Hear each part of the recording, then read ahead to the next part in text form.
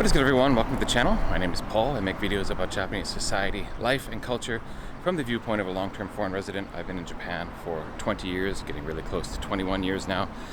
Today, I'm going to do exactly what it says in the title of the video. I'm going to tell you why I have no intention to move back to the United States. In fact, if I were to move to a country other than Japan, it would be a new country that I haven't lived in yet. It would not be to go back to the US, and that's the topic. Plain and simple. I'm going to divide it into three categories. The first is practical things, which I can explain in like 30 seconds.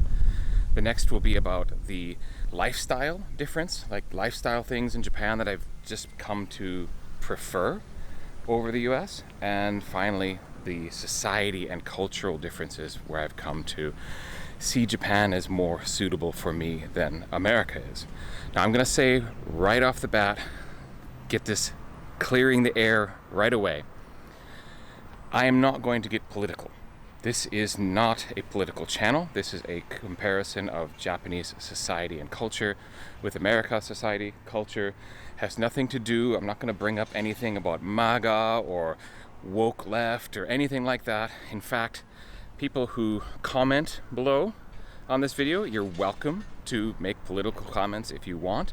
I will just ignore them. I usually ignore them because I don't want that to be what this channel is about in any way, shape, or form. So feel free to comment. I won't block you. I won't ban anything unless it really gets out of hand. But I probably won't respond. And I do respond and read pretty much all the comments that I get. So, I'm very happy if you can put some comments down there about what I'm getting wrong, because it's possible that I might say something that's out of date because I haven't lived in the States for a good number of years. So maybe something I bring up is not really true anymore, and I will admit that is a possibility. But let's get into it with the first practical things, and this should be over in like 20 seconds. Basically, I don't feel like I will go back to the States because my life is here. My mortgage is here, so my house, my family, my Japanese family is here. My kid goes to Japanese schools, my career is here. Basically everything about my life, my adult life, is settled in Japan. So practicality-wise, I have no reason to leave. Okay, that's out of the way. Let's get into the lifestyle differences. And I've divided both of these categories into three things each, and I could talk about a lot more besides that. But I don't want the video to get too ridiculously long. So let's start with lifestyle first. And the first thing is, I like how in Japan, it's just completely normal for anyone to use public transportation without it being looked down upon as low class or something that only poor people do. And I'm talking about that in comparison to America, not like New York City where you have the subway, but I'm talking about most cities where there's only maybe a bus service, and people, oh, you ride the bus? Oh, you don't have a car, really? There's kind of, it's not class per se, but it's kind of like a class. If you are without a car in the States, you're kind of like looked down on. Oh, you're someone who rides public transportation, huh? Okay. There's none of that in Japan. You can sit on the train next to someone in a three-piece suit with a very expensive briefcase. You'll see someone riding, a mother in very elegant clothes riding her bicycle to the train station. These modes of transportation are just normal. They're just part of daily life. And part of it, of course, is because Japan has such amazing infrastructure around public transportation to begin with. That's obviously a factor. But it's just a very egalitarian part of Japanese life. There's no judgment about people who use a car versus people who use public transportation. And there's a lot of things that are more egalitarian about Japanese society like that. And it's one of the things that makes living here very pleasant. You don't feel like you're constantly like part of an upper or lower or rich or poor class. And it's very nice. The second lifestyle related thing is the fact that you can get such amazing, high quality, fresh produce, meats, fish in pretty much every supermarket, and sometimes even in convenience stores. It's not like the US where you feel like if you want to get really high quality stuff, you have to go to one of the expensive supermarkets. You got to go to Whole Foods or something like that. In Japan, pretty much every supermarket is a Whole Foods. You go through the produce department, and the strawberries and the apples and the paprika, bell peppers and the broccoli, everything looks top notch. You go to the fish section, and of course everything there is like spotlight. You know, Japanese eat so much fish that it's got to be fresh, it's got to be high quality, or people aren't going to touch it. I remember the fish section of the local supermarket where we always shopped when we lived in the States, and basically we went to Whole Foods to buy our fish because the ordinary supermarket was like, I don't know about that. So that constant access to high quality food, there aren't food deserts like you hear about in the US. And not only that, when you go into the snack aisle, you have a much better idea of what you're putting in your body. I'm always struck by snack boxes from American supermarkets that read like a chemistry list. Like, I don't know what these things are that's in this food. What is this? But in Japan's not perfect. Like, there are ingredients that aren't so great. You do have preservatives that are used.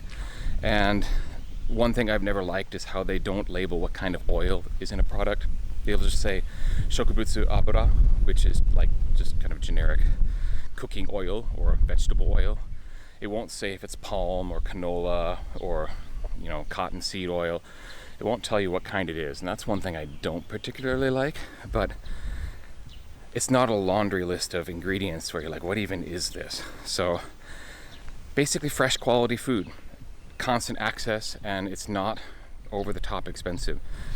Eggs here are about $1.50 to $2 these days by the yen-dollar conversion. This final lifestyle thing that I'm going to talk about, it may seem kind of random, but it's something I'm always struck by when I go back to the States. It's a mini reverse culture shock, and that is shower and bath and toilet system in America versus Japan. First of all, I love how in Japan the design is just normal to have the toilet separate from the shower and the bath. The toilet has its own little toilet closet room. So you're not, doing your business in the same room that you're going to be cleaning your body. You've probably had it happen where a family member used the toilet and then you go in there to take a shower and there's some lingering odors that aren't so pleasant. I like that it's separated. Obviously in Japanese business hotels where space is at a premium, they don't separate them because there's just not enough room to, but basically all apartments and houses here, they're going to be separate. The bath and the toilet is going to be separate. Not to mention how great the toilets themselves are. I mean, Japanese toilets are famous for the warmed seats and the washlet function and all that wonderfulness. So that's where Japanese toilets are clearly superior. I'm in a bit of a dead end, so I'm going to turn around, go back the way I came a little bit. There's a right turn back where I was coming from. I'll go that way. The next thing is the whole system of shower and bath. The fact that you are taking a shower next to the bathtub, which is totally covered up.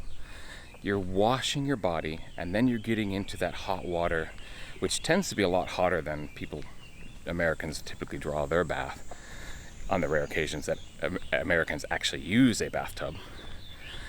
But you're washing your body, and then you get into that bathtub and just luxuriate in the hot water. And I know that doing saunas is a big thing amongst health, I don't want to say health nuts because I think it's actually a good thing.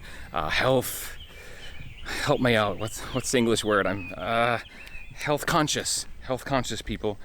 Saunas are popular these days, but there's not a lot of saunas in my area that I have access to. So it is similar. I've heard some health people talk about how the hot bath can give you a similar effect to the sauna, that same benefits of the heat on your body. And you're not in dirty bath water. Like when Americans do a bath, it's like you wash yourself in the bath and then you sit in your dirty bath water. Like that doesn't really make any sense either. No wonder most Americans just shower only. And finally, the shower itself. I have to talk about it. I think you can kind of tell this whole shower bath thing is a bit of a pet peeve of mine in the States, but why do they have to be affixed to the wall in America? Every shower in Japan is on a hose that you can detach from the wall, and you can attach it to the wall if you want it there, and you can even adjust the height of where you want it. But the fact that it seems to always be attached to the wall as a standard thing in America, why? Is showerhead theft a major issue in America? I don't think so. I think it's just a design flaw that no one ever bothers to correct because it's just taken for granted. Oh, yeah, the shower head's affixed, right? So the problem with that, or the reason why I don't like it, is first of all, you have less control over when you're taking care of your body in the shower. And back when our kid was a baby and like 1-2 years of age, it's so convenient to wash your kid who's squirming around and you're trying to keep soap out of their eyes with a nozzle, a shower head that you can control where it is, rather than having a nozzle that's 6 feet above their head and you're trying to figure out how to not get water and soap in their eyes, and like, do you hold them up to it, or do you taking showers in a hotel in America was always a huge problem because it was just so hard to work, and invariably they'd get soap in their eyes and you couldn't control the hose to, you know, wash their body off and keep the water away from their face and that kind of thing. So maybe this is one of those things where America has changed. Maybe designs of homes have changed and there's more separate toilets and there's more, you know, Japanese style shower heads maybe. I'm not sure. Let me know in the comments if America is changing that way, but at least when I lived there and in the times that I visited, I haven't witnessed it. Okay, let's get into the society and cultural differences. Probably the real meat of the video is right here.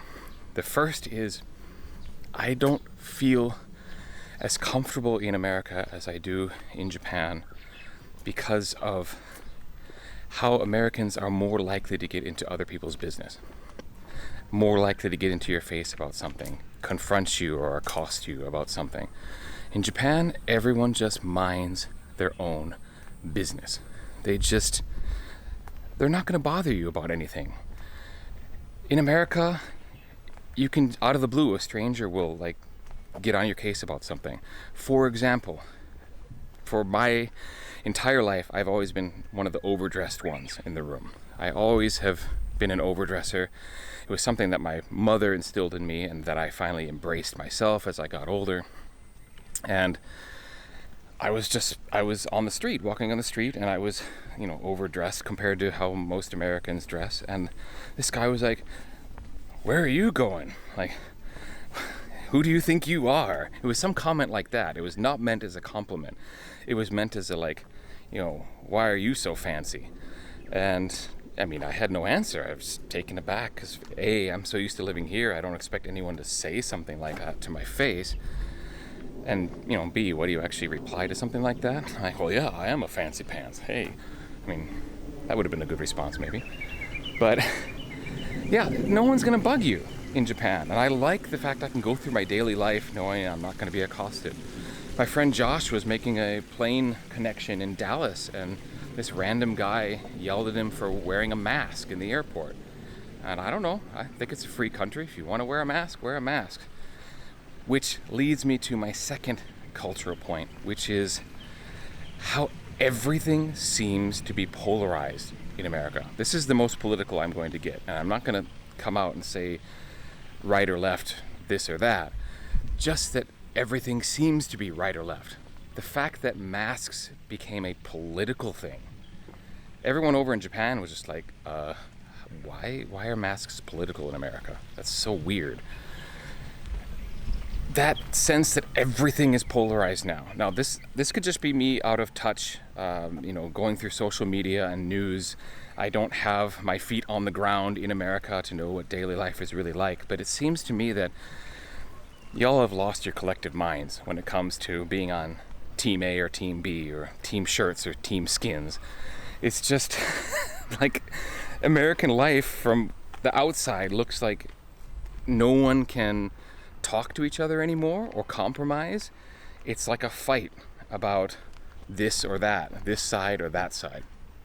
And I have little interest in living in a society like that. I like this society where everyone's interest is getting along with everyone else. I much prefer that to get in your face and where politics is worn on your sleeve and, You bring it up because you can use it as a cudgel against other people. And again, this is a right and left thing. I've been a fiercely independent person my entire life politically. I've voted for Democrats, voted for Republicans, I voted for Green, I've voted for Libertarians. I have a few issues, political issues, that I won't get into, that are really important to me, and I'll tend to vote for candidates who reflect those things or have the most of those things that I agree with.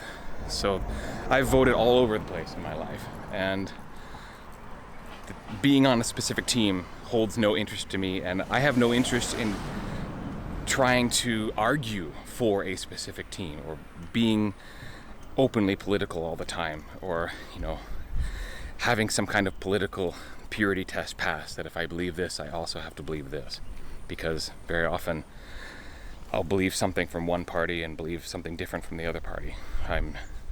It just doesn't work for me to be that polarized, and I don't think I'd be comfortable living in a society that's gone as far as it seems to have. Again, let me know in the comments if I'm overstating it. It could be that if I was actually living in America on the daily, it wouldn't be an issue. So I could be wrong about this, or not wrong, but I could be exaggerating it, but that's because I'm not there.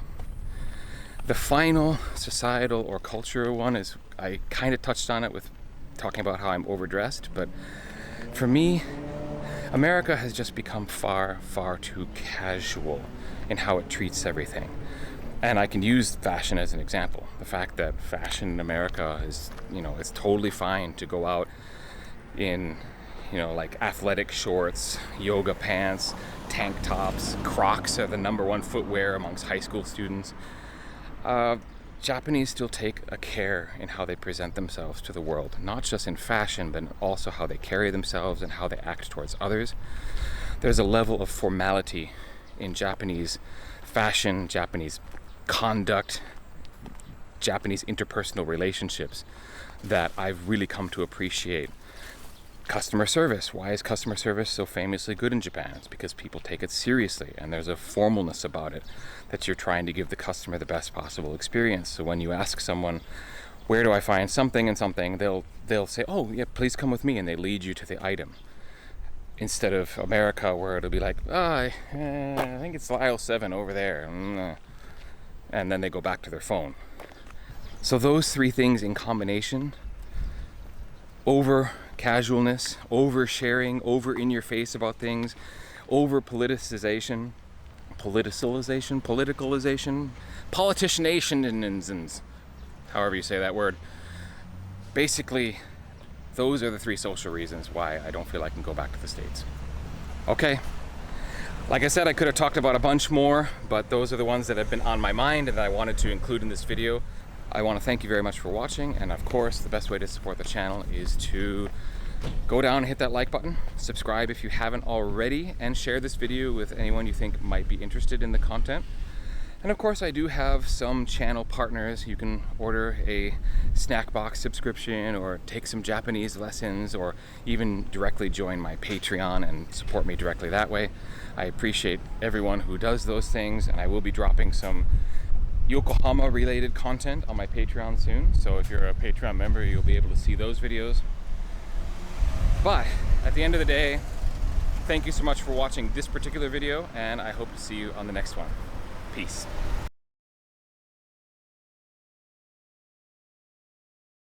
You go to the fish section.